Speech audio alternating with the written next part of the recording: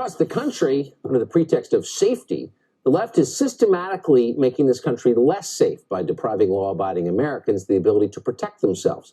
Whether it's at a Starbucks or at City Hall or on a military base, gun-free zones in so many cases haven't saved lives, but instead have helped end lives.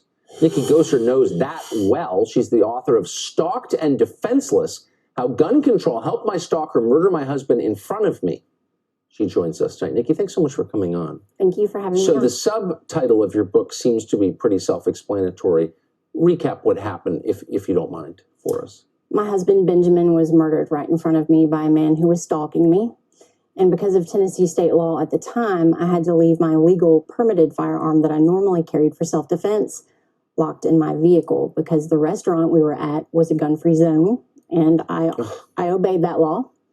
The man who was stalking me did not have a handgun carry permit.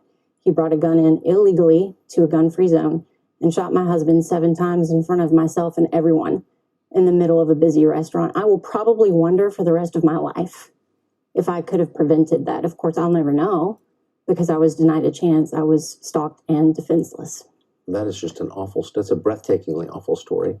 What's so striking about it is the point that you made that the man who did it, the murderer, wasn't deterred by the law because, of course, he's a murderer. He didn't care. Right.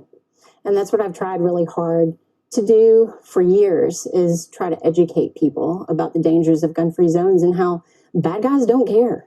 They don't care about the law. These gun control laws really only impact good law-abiding people that make them helpless, defenseless, to stop these horrible things from happening. So I think normal people understand that intuitively, and certainly when someone like you who's lived it, whose life, the tragedy in your life explains the point you're making so clearly, you don't need to say more. But there are people who hear your story and still aren't convinced. What do they say to you? Oh, people will say, what makes you think that you could have stopped him? Or it would be more dangerous to have other guns, in the equation. And look, if the bad guy is the only one with a gun, guess who wins? Yeah. People's hearts are really troubled by the violence they see, mass shootings and stuff. Normal people are upset by that, and I understand it. But once they hear your story and stories like it, sincere, totally sincere story like yours, hard to imagine that they couldn't change their minds in the face of that, wouldn't you say? Yeah. One thing that's really frustrating for me is, you hear Democrats talk about they want more and more gun control laws. Yes. But then when it comes right down to it, take, for instance, the prosecutor for my husband's murder case. Yes.